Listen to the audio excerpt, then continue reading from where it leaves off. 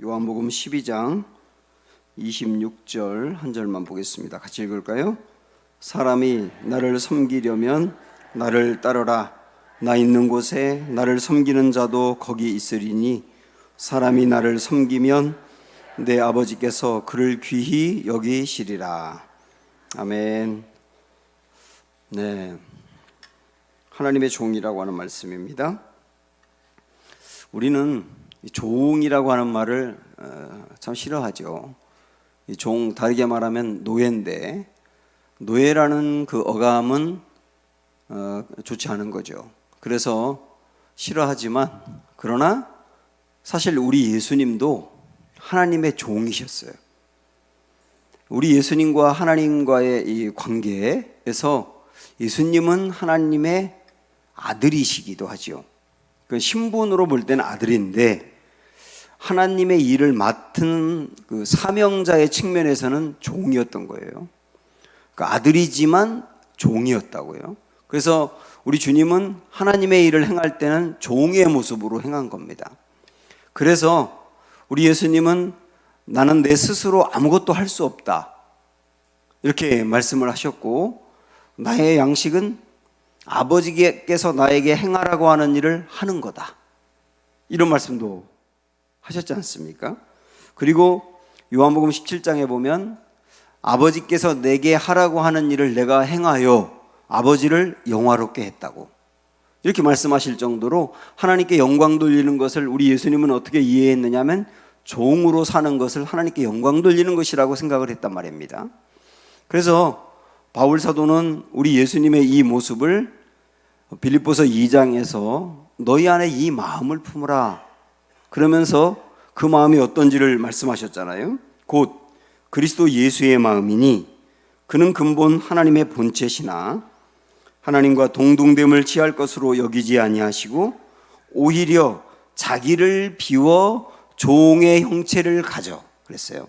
자기를 비워 종의 형체를 가져 사람들과 같이 되셨고 사람의 모양으로 나타나사 자기를 낮추시고 죽기까지 복종하셨다. 이 모든 것들이 우리 예수님도 이 땅에 사역을 감당하고 사명을 감당할 때는 종의 모습으로 하셨다는 것을 말씀하고 있는 겁니다. 그러면 예수님은 하나님의 종인데 나와 예수님의 관계는 또 어떠냐?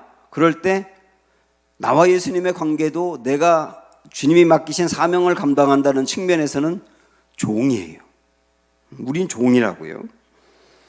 그래서 우리 예수님께서도 마지막에 예수께서 또 이르시되 너희에게 평강이 있을지어다. 아버지께서 나를 보내신 것 같이 나도 너희를 보내노라. 우리 예수님이 이 땅에 오실 때 하나님의 일을 감당할 종으로 오신 것처럼 우리 예수님도 제자들, 곧 우리들에게 마지막으로 하신 말씀이 뭐냐면 나도 너희를 보낸다. 그러니까 종으로 살아라, 이런 말씀을 하신 거예요. 그래서 그렇게 본다 그러면 우리 역시 예수님과의 관계에서 신분으로 보면 하나님의 아들이지만, 신분으로 보면 하나님의 아들이지만 주님의 일을 맡은 사람의 측면에서는 종이다, 그렇게 볼 수 있습니다. 그래서 구원이라고 하는 것은 죄로부터 벗어나는 게 구원이지만 또 주님의 종이 되는 게 구원인 거예요. 이쪽의 종에서 벗어나서 이쪽의 종이 되는 게 구원이라고요. 이쪽의 종은 죄의 종이니까 악한 것에 묶여 있는 상태에서 벗어나는 게 구원이지만 동시에 의의 종이 되는 게 구원이라고요. 그래서 구원받은 사람은 주님의 종이 되는 겁니다. 그러면 성경에서 말하는 이 종이라고 하는 개념은 어떤 거냐 할 때 유명한 그 예레미야 18장의 말씀을 우리가 생각을 해보면 여기에 하나님의 종은 어떤 사람인지를 분명히 말씀하고 있어요. 먼저 이 말씀 보기 전에 일반적인 개념으로 종, 그러면 어떻게 생각을 하느냐면 주인에게 종이 내가 무엇을 해야 될까요? 주인님, 그러면 오늘 밭을 갈아라, 밭을 갖고 와라, 이렇게 주인이 얘기를 하면 주인으로부터 오다를 받고 자기의 생각대로 자기가 결정해서 밭을 가꾸면 되는 거예요. 그게 일반적인 개념의 종입니다. 그런데 성경에서 말하는 종의 개념은 뭐냐 할 때 한번 들어보세요. 예레미야 18장 말씀을 읽어드리면 여호와께로부터 예레미야에게 임한 말씀에 이르시되 너는 일어나 토기장이의 집으로 내려가라. 내가 거기에서 내 말을 내게 들려주리라 하시기로. 종의 개념을 이야기하기 위해서 토기장이의 집으로 보낸 겁니다. 그러면서 내가 토기장이의 집으로 내려가서 본즉 그가 농로로 일을 하는데 진흙으로 만든 그릇이 토기장이의 손에서 터짐에 그가 그것으로 자기 의견에 좋은 대로 다른 그릇을 만들더라. 그때에 여호와의 말씀이 내게 임하니라 이르시되 여호와의 말씀이니라. 이스라엘 족속아, 이 토기장이가 하는 것 같이 내가 능히 너희에게 행하지 못하겠느냐. 이스라엘 족속아, 진흙이 토기장이의 손에 있음 같이 너희가 내 손에 있느니라. 이 말씀은 성경에서 말하는 종의 개념은 뭐냐면 토기장이와 진흙의 관계라는 거예요. 한번 우리 이 시간에 그림으로 그려볼까요? 토기장이가 진흙을 빚어가지고 그릇을 만드는 그 현장으로 한번 여러분들이 상상에 한번 날개를 펴서 생각을 해보세요. 그러면 토기장이가 진흙이 잔뜩 있는데 그걸 가지고 그릇을 만들 때 토기장이가 원하는 대로 만듭니다. 진흙에게 너 무슨 그릇이 되기 원하냐 이렇게 물어보지 않고요. 토기장이가 원하는 대로 진흙을 빚어요. 그리고 만듭니다. 그러면 진흙은 토기장이의 손 안에 이렇게 남아만 있으면, 토기장이의 손 안에 남아있기만 한다면 토기장이가 원하는 대로 빚어서 그릇을 만드는 거죠. 그리고 그 그릇을 쓰는 겁니다. 이걸 종의 개념이라고 주님 말씀하는데 조금 더 구체적으로 말씀을 드리면 이런 겁니다. 나는 스스로 아무것도 할 수 없는 종이다 라고 하는 것을 먼저 인정을 하고 주님이 원하는 계획대로 나를 만들어 쓰실 것이다 하는 걸 받아들이는 거예요.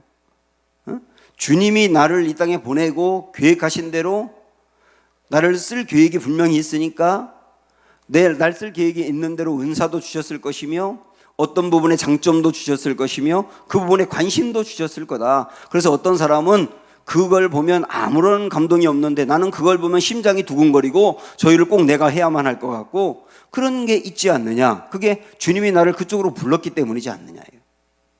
나는 스스로 아무것도 할 수 없고 오직 주님이 원하는 대로 나를 쓰신다 하는 걸 받아들이고 그 다음에 나는 주님의 손 안에 머물러 있을 때 주님의 손 안에 머물러 있어서 주님이 원하는 대로 빚어서 나를 쓰세요라고 나를 드리면 그때 주인이 원하는 대로 나를 쓰신다는 거예요. 이게 성경에서 말하는 종의 개념입니다. 그러니까 지난번에도 제가 그 말씀을 드렸습니다마는 우리 신앙생활이 내가 내 마음에 원하는 것, 내 욕망이 끌리는 대로 계획을 세워놓고 주님 이대로 해주세요 하고 기도하는 게 신앙생활 잘하는 게 아니고 나는 아무것도 할 수 없어요. 주님이 원하는 대로 나를 쓰세요라고 맡기면 주님이 원하는 대로 빚어서 사용한다는 거예요. 나는 어떻게 하면 되느냐? 빚어서 사용하는 대로 그냥 순종하며 따라가면 되는 거예요. 그러면 어떻게 되느냐 하면 주인이 원하는 계획대로 그릇의 용도를 만들어서 쓰시는 거예요. 어떤 사람은 이런 그릇을 만들어서 물그릇으로 쓰는 것이고 어떤 사람은 조금 더 큰 물을 담는 대야 같은 그릇으로 쓰는 것이고 어떤 사람은 또 다르게 음식을 담는 반찬 그릇으로 쓴다든지 그거는 다 주인이 계획대로 그 사람에게 맞게 쓰시는 거예요. 그렇게 된다면 우리는 다른 그릇과 내 그릇을 비교할 필요가 없어요. 왜 저 그릇은 더 많은 사람들이 이용을 하나요? 왜 저 그릇은 많은 사람들이 흠모하나요? 왜 내 그릇은 드러나지 않는 거죠? 필요가 없는 거예요. 내 그릇은 주님이 원하는 대로 계획을 써서 쓰시는 거예요. 다만 그릇 중에 쓰임받지 않는 그릇은 아무것도 없는 거다. 하나님의 계획에 따라 모든 그릇은 다 쓰임받는 거다. 그렇게 붙들고 가면 나를 빚어서 인도하는 대로 그냥 내가 따라만 가기만 한다면 그러면 나는 아무것도 할 수 없지만 주님이 원하는 계획대로 쓰임을 받는 거예요. 그게 성경적인 종의 개념입니다. 그렇게 될 때 주님이 나를 통해서 내가 주님이 원하는 계획대로 따라가 순종만 하면 나를 통해서 하시는 일이 뭐냐면 그분의 일을 하시는 거예요. 그분의 일, 하나님이 하시려고 하는 일을 내가 한단 말입니다. 이게 종의 영광입니다. 어느 정도로 큰 일을 할 수 있느냐? 예를 들어서 엘리야 이야기를 한번 우리가 알고 있으니까 같이 나눠보면, 엘리야는 모든 백성들이 다 하나님을 버리고 바알과 아세라 이런 우상들을 섬길 때 엘리야 혼자 이 민족 가운데 하나님이 살아계시고 하나님만이 진정한 신임을 증거하고 싶다 하는 소망을 갖게 됩니다. 하나님이 그 마음을 불어넣어 주신 거죠. 그런데 하나님이 어느 때에 이 엘리야의 마음을 더 강하게 밀어 넣으셔서 850명의 이방 선지자들과 대항하고 싸우게 합니다. 누가 진짜 신인지를 보여주자 850대 1이라고 하니까요. 850명이 다 그쪽으로 가도 엘리야 혼자 이게 맞는 길입니다라고 주장했다는 얘기죠. 진짜 누가 참신인지 하늘에서 불을 내리게 해보자 했는데, 엘리야가 기도할 때 하나님의 불이 하늘에서 내렸는데 어느 정도 뜨거운 불이었냐면 제단을 태웠다 그랬어요. 그 제단이 뭘로 되어 있느냐면 돌로 되어 있습니다. 돌은 절대 안 타거든요. 근데 돌까지 태울 정도의 엄청난 불이 내렸다는 거예요. 겉으로 볼 때는 엘리야가 한 일이죠. 그런데 사실은 우리는 알지만 하나님이 한 일이죠. 하나님이 이 일을 하셨는데 엘리야를 통해서 했기 때문에 표면적으로 볼 때는 엘리야가 하나님의 일을 한 것이죠. 근데 이렇게 엘리야가 큰 일을 감당할 수 있었던 것은 성경에 이렇게 나와요. 그가 하나님께 이렇게 기도하는데, 저녁 소재 드릴 때에 이르러 선지자 엘리야가 나아가서 말하되, 아브라함과 이삭과 이스라엘의 하나님 여호와여, 주께서 이스라엘 중에서 하나님이신 것과 내가 주의 종인 것과 내가 주의 말씀대로 이 모든 일을 행하는 것을 오늘 알게 하옵소서. 이 부분이 중요합니다. 우리는 엘리야가 갈멜산에서 뜨거운 불을 받고 거기서 승리했다는 그 얘기만 생각을 하는데, 그 역사가 일어나게 된 굉장히 깊은 중요한 동기들을 알아야 되는데, 그게 뭐냐면 엘리야가 나는 종이에요. 나는 종이라서 아무것도 할 수 없어요. 그런데 그 다음 뭐라고 말했냐면, 내가 종이지만 말씀대로 행할게요. 하나님이 어떤 말씀을 주시든 행할게요. 근데 하나님 주신 말씀은 850명과 싸워. 있을 수 없는 얘기죠. 그러나 하나님이 그렇게까지 말씀하시면 제가 정말 벅차고 힘들고 어렵지만 할게요 하고 따랐을 때 하나님만이 할 수 있는 일을 엘리야가 했다는 얘기예요. 이게 종의 영광입니다. 종은 아무것도 할 수 없지만 주님이 빚고 인도하는 대로 따라가면 하나님이 하실 만한 일을 한다. 이게 종의 영광이라고요. 그러면 우리는 이런 생각을 할 수 있습니다. 엘리야니까 가능하죠. 엘리야니까 할 수 있지요 라고 생각할 수 있지 않습니까? 그것에 대해서 야고보서 5장에서는 이렇게 말씀해요. 그렇게 질문하는 사람들에게, 엘리야는 우리와 성정이 같은 사람이로되. 엘리야는 그 다음 뭐라고 그랬다고요? 우리와 성정이 같은 사람이로되. 그 말은 뭐냐면 엘리야나 우리나 똑같은 연약한 사람이에요. 엘리야나 우리나 똑같이 연약한 사람이로되 그가 비가 오지 않기를 간절히 기도한즉 3년 6개월 동안 땅에 비가 오지 아니하고, 우리와 똑같이 연약하고 부족한 사람임에도 불구하고 하나님은 그를 통해서 3년 6개월 동안 비가 오지 않게 했다가 오게도 하는 이 역사를 이루었다는 겁니다. 엘리야가 탁월한 게 아니고, 탁월하다면 그는 아무것도 할 수 없는 종이라는 것을 믿었고, 그러나 하나님이 나를 어떻게 이끌는지 아멘하고 따라가겠다는 그 순종이 탁월했다면 탁월한 것이지 엘리야의 능력이 탁월한 게 아니었던 거예요. 그러면 이번에는 베드로와 요한 이야기를 신약에 와서 생각을 해보면, 베드로와 요한이 성전에서 그 성전 문 앞에 구걸하면서 거기서 한 푼 달라고 하는 사람, 한 번도 태어나서 걸어본 적이 없는 사람, 나이가 40살이에요. 40년 동안 걸은 적이 없어요. 근데 이 사람을 걷게 하는 능력이 나타났거든요. 그리고 그를 걷게 했어요. 그리고서 베드로의 입에서 나오는 설교가 놀라운 권세가 있었습니다. 그 일을 두고 성경에서 뭐라고 말씀하는지 한번 보실까요? 베드로와 요한에게서 나타난 일을 본 사람들이 이렇게 말합니다. 그들이 베드로와 요한이 담대하게 말함을 보고 그들을 본래 학문 없는 범인으로 알았다가, 그러니까 그들이 원래 어떤 사람이었다고요? 학문 없는 범인이었다고요. 그러니까 베드로와 요한이 공부를 많이 하고 원래 능력 있는 그런 사람이 아니었다는 얘기죠. 그런데 그 다음 보셔야 됩니다. 그것만 볼 게 아니고 학문 없는 범인으로 알았다가 이상히 여기며 그 다음에 또 전에 예수와 함께 있던 줄도 알고 이랬거든요. 그러니까 학문 없는 범인, 이 말은 뭐냐면 평범한 사람, 그만한 능력을 나타낼 수 있는 사람이 아니었는데, 그런데 베드로와 요한이 그런 놀라운 일을 행하게 된 것은 어떤 것 때문이냐면 예수와 함께 있던 자였다. 예수와 함께 있던 자였다. 그러니까 그는 특별한 능력이 있는 건 아니었는데 예수와 함께 있는 자, 다시 말하면 예수님의 종이 되다 보니 예수님이 행하셔야 될 일들을 베드로와 요한을 통해서 행했다는 뜻이 되는 거예요.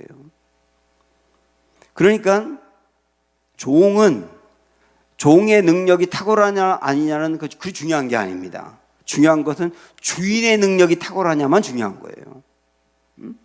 종은 부족하고 연약해도 주인의 능력이 탁월하면 주인이 그 종을 통해서 주인의 능력을 행할 수 있는 거예요. 그런데 우리의 주인은 주님이시지 않습니까?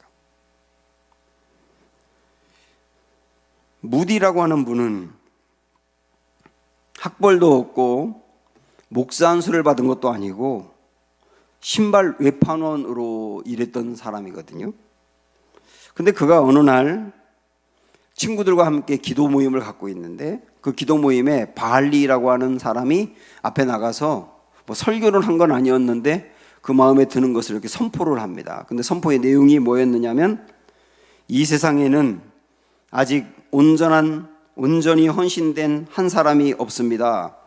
하나님께만 온전히 헌신된 한 사람이 나타나면 하나님께서 그를 통해 그와 함께 그를 위해 그 안에서 얼마나 큰 일을 하실지 세상은 알지 못합니다.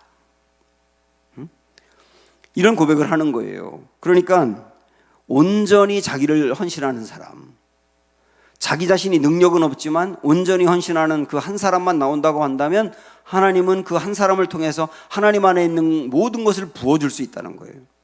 그게 무디의 심장을 뜨겁게 합니다. 그래서 그 말을 듣고 있던 무디가 이렇게 하나님께 자기를 드려요. 그래, 세상은 아직 그 한 사람을 보지 못했어. 그를 통해서 그와 함께 그를 위해 그 안에서 얼마나 큰 일을 하실지를 아무도 몰라. 바알리라고 하는 사람은 누구든 가능하다고 했어. 바알리는 그 사람의 교육 수준이 높아야 한다든지 뛰어나야 한다든지 어떤 조건에 대해서도 말하지 않았어. 단지 한 사람이라고만 했지. 성령님이 내 안에 거하시면 나 무디도 그런 사람이 되는 거야. 자기 자신을 드렸거든요. 그 무디를 통하여 100만 명이 주님을 믿습니다. 우리는 꼭 무디가 되어야 될 필요는 없어요. 무디는 그런 모양으로 자기를 드렸고 하나님이 그를 쓰셨고, 우리는 우리를 쓰기 위한 하나님의 그릇이 있단 말이죠. 하나님의 계획이 있단 말이죠. 그것에 나를 드리기만 한다면, 그것을 신뢰하고 나를 드리기만 한다면 주님은 나를 통하여 내 안에서 나를 위해 주님이 계획한 일들을 얼마든지 펼칠 수 있다는 거예요. 하나님은 평범한 한 사람을 통해서 일하는 것을 굉장히 좋아하십니다. 하나님은 세상에서 약하고 멸시받는 사람들을 통해 똑똑하고 교만한 이들을 부끄럽게 하세요. 그래서 여러분이 약하고 부족하고 평범하다고 느낀다면 여러분이야말로 하나님이 쓰시기에 제일 좋은 사람인 거예요. 그래서 우리는 오늘 읽었던 말씀처럼 사람이 나를 섬기려면 나를 따르라. 나 있는 곳에 나를 섬기는 자도 거기 있으리니 사람이 나를 섬기면 내 아버지께서 그를 귀히 여기시리라. 주님의 종이 되고 주님의 종이 될 때 나를 통해서 주님이 일하시는 은혜가 있기를 축복합니다. 주가 일하시네 함께 찬양하겠습니다.